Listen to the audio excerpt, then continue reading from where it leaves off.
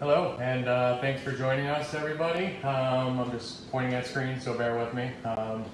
So we wanted to invite you all into the test kitchen here at Dennis Paper and Food Service. This is my test kitchen. This is where I do a lot of my recipe creations and whatnot. So not many people get the opportunity to actually come in here. So it's fun for you and obviously fun for me to have a larger crowd, even though I'm talking to a phone screen, which is fine because I usually talk to myself all day.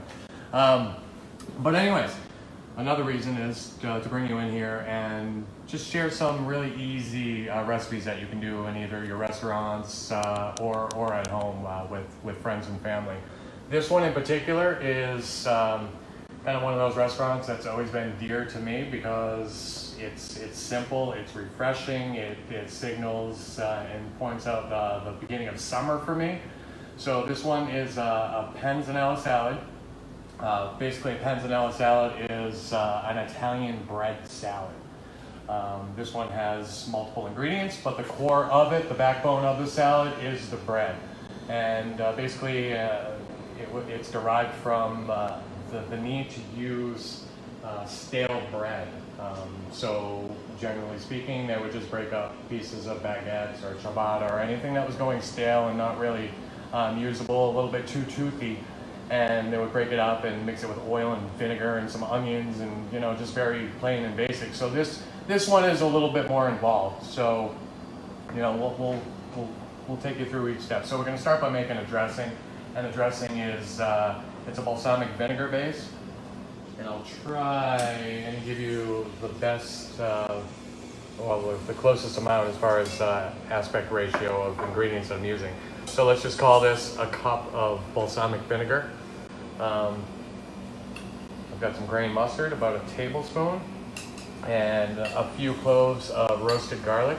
And by a few cloves, I mean like 30 cloves of roasted garlic, well, maybe more like 15. The unique thing that I'm going to do that's not so traditional with this particular dressing is I'm going to use a fun ingredient that I've been playing around with a lot recently, and that's sumac powder. And sumac powder is a berry from a subtropic shrub. Basically, it's ground. It gives you this nice burgundy color, and basically in flavor, it's very citric. So I'm going to use this in place of putting fresh lemon juice, lime juice, or zest of either of those.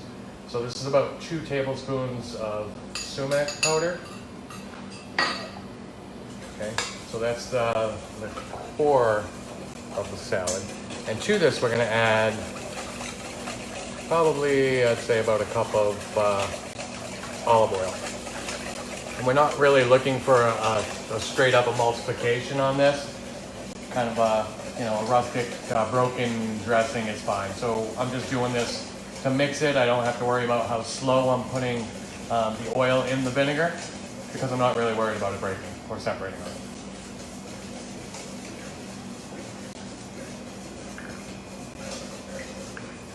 That should just about do it.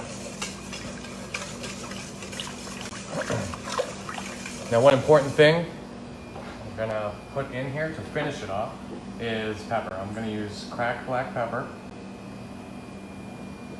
I use cracked black pepper for this one because I just really like the way that it hugs the thick rustic ingredients that we're using this. And salt. Now, these ingredients, the salt and pepper, are very important to this dish because you have so many ingredients. And I'm putting like two teaspoons of sea salt in here. But again, the salt and pepper are very important because the core ingredients are just very bland. So this dressing is the entire seasoning element to this dish. Okay. So I've got the dressing. Normally, as I said, it would be a crusty bread. I chose to take a different path on this as well, and I used a couple different breads. Well, I couldn't decide on whether to use a grilled flatbread, otherwise known as a naan, or a whole wheat pizza dough. So I decided to use both. So again, this is just an oblong naan that I put a little olive oil, salt, and pepper on. And I grilled just to elevate the flavor, to give it a little more depth and character. And this is just a whole wheat pizza dough that I popped in the pizza oven, or you could grill that as well to give it extra flavor eye appeal. We got somebody sleeping? Okay, we're good. So I chose those two. I couldn't choose one. Didn't really want to go with baguette. I wanted to kind of break from tradition. What I'm going to do, because I have a lot of dressing there, so I'm going to put the bread in a different bowl, just to make sure I'm not using too much dressing. So I'm going to put the bread in there first, primarily because the bread is the core ingredient. It's the ingredient that really needs to absorb some of the dressing for the salad to be what it is, and to give the not so or overly toothy bread more of a, palatable texture. So I'm going to put that in there. I'm going to hold off on the rest of the dressing because I think that this will be more than ample. So I'm just going to mix this around a little bit, just so the bread starts to absorb the dressing. Okay, to this I am going to add some cubed mozzarella. Doesn't have to be mozzarella, you could use feta cheese. I was actually torn between using mozzarella and feta. I'll do some shaved red onions.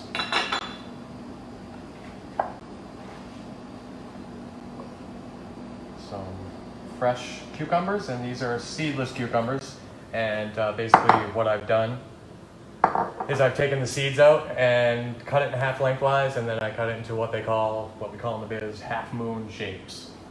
Okay, so what I'm going to do now that I see that there's not really that much dressing left and I still have some ingredients to put in there, I am going to go ahead and transfer it back into the larger bowl. One, because I need the extra mixing room. Two, because I could use that extra dressing anyways. All right, now we're cooking, or tossing. Okay, so another very important aspect of this is the tomatoes.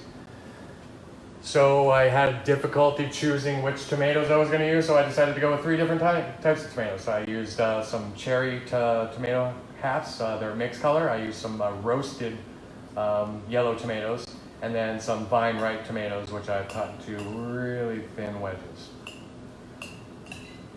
And this salad makes a fairly large amount. And the great thing that I enjoy most about this particular season is it's just the season of sharing. People really, have a good time when they're outside, family style. Things come out on platters, meats and steaks, just large cuts. And, summertime is, again, the season of sharing. So share. Oops. Okay, and lastly, clean up my mask. I'm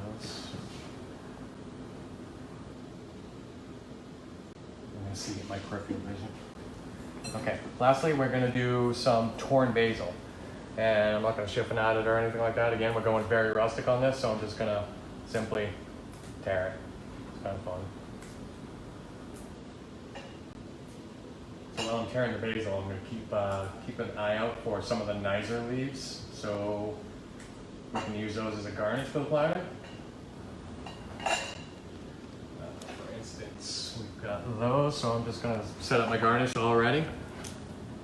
I think that will be sufficient. When you're eating, eating with your eyes is a big factor of food.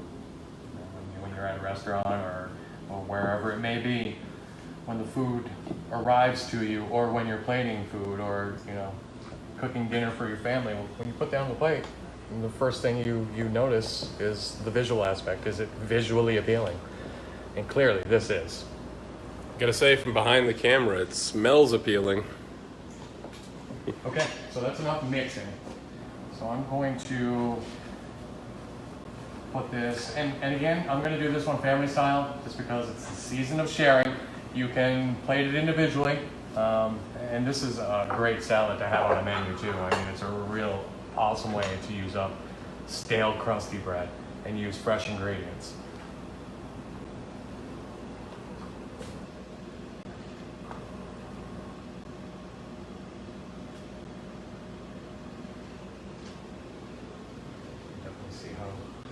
Beautiful and vibrant and fresh looking that is, and all the shards of the pizza dough and the naan.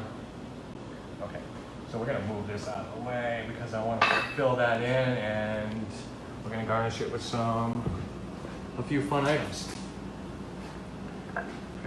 So for garnish, I am gonna do a little smoked salt. And this is some Maine smoked sea salt. It's gonna add some nice crunch to it. I'm not gonna add too much. These are Calabrian chili peppers, just for the individuals that are sitting at the table that are a little bit more bold and adventurous and like the heat, because these do wallop a little bit of a kick. But I eat them like candy. They're delicious. And then lastly, some garlic chips to add a little extra crunch.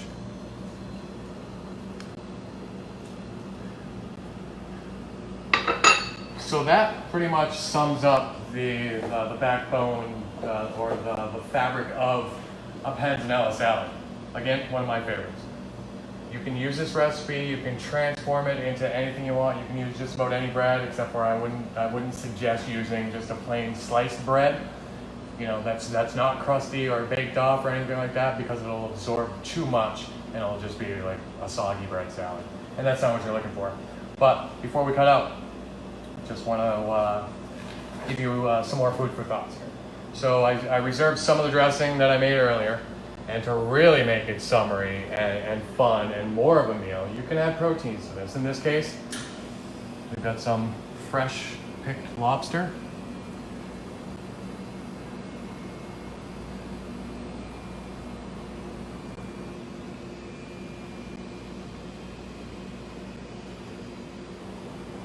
There you go. Now you have a salad. That's what we're having for lunch. Just saying. So, Panzanella salad, we've added lobster to it. Don't really necessarily need to. You can add grilled salmon, anything you want to it, but have fun with it. Thanks for joining me. Tim Levante here at the Dennis Paper and Food Service Test Kitchen, and we'll see you in a couple weeks where we'll share another recipe that's going to be real simple, real fun, and real delicious.